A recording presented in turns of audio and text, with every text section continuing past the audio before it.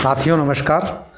आज मैं आप सबके समक्ष देश में कुछ स्थानों पर हुए धर्म संसद पर चर्चा करना चाहता हूं। जैसा कि आप सबको मालूम है, स्वामी रामकृष्ण परमहंस जिनके शिष्य स्वामी विवेकानंद जी थे, सन 1893 में अमेरिका के शिकागो शहर में आयोजित हुए विश्व धर्म संसद सम्मेलन में भारत का प्रतिनिधित्व करने के लिए स्वामी विवेकानंद जी शिकागो गए। और आपको मालूम है कि स्वामी विवेकानंद जी 11 सितंबर 1893 को जब अमेरिका के धर्म संसद सम्मेलन में उनको बोलने का अवसर मिला तो शून्य, मैंने जिसकी कोई गिनती नहीं होती है, उस पर उन्हें बोलने का मौका दिया गया। और उन्होंने अपना भाषण जो शुरुआत की वो हिंदी में अमेरिका के भाइयों और बहनों के साथ की, जिसका अंग्रेजी रूपांतरण respected brother and sisters of America.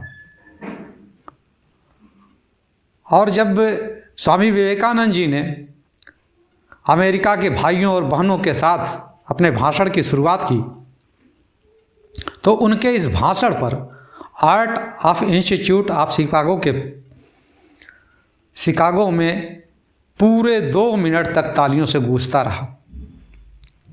और उनके इस भाषण ने भारत के इतिहास में गर्व और सम्मान की घटना के तौर पर यह दर्ज हो गया। लेकिन साथियों, वर्तमान में हरिद्वार में हुए धर्म संसद सम्मेलन में इस देश में जो आयोजित हुआ, उस धर्म संसद में कुछ संतों ने ऐसी बातें की जो देश के लिए घातक ही नहीं साबित होने वाली, बल्कि पूरे समाज में नफरत फैलाने का काम करती रही। इसी तरह मध्य प्रदेश के रायपुर में धर्म संसद का आयोजन हुआ। वहाँ पर भी एक संत ने इस तरह की बातें कही जिस पर मुकदमा कायम हुआ। और अभी हाल ही में 30 तारीख को जो प्रयागराज में धर्म संसद के नाम पे कार्यक्रम हुआ, उसमें भी इस तरह की बातें कही गई जो समाज में जहर घोलने का काम कर रही। साथियों, अपने देश में ऐसे तमाम संत महात्मा हुए हैं जिन्होंने धर्म के नाम पर आडंबर फैलाने वालों का खुला विरोध ही नहीं किया, बल्कि उसके विरोध में खुल करके अपनी बातों को रखा भी।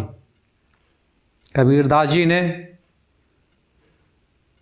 हर तरह के लोगों के ऊपर जो आडंबर थे, हर धर्म के लोगों को उन्होंने सभी पर कटाक्ष किया।